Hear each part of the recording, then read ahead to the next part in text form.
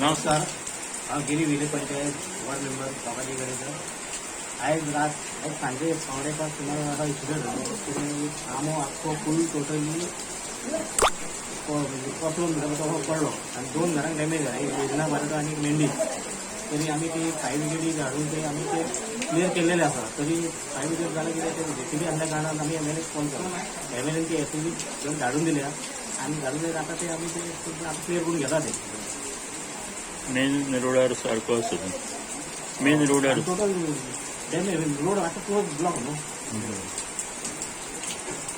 कितें नुकसान बी जालें घराक बी कितें घराक कितें नुकसान घराक मातशें डॅमेज जालें.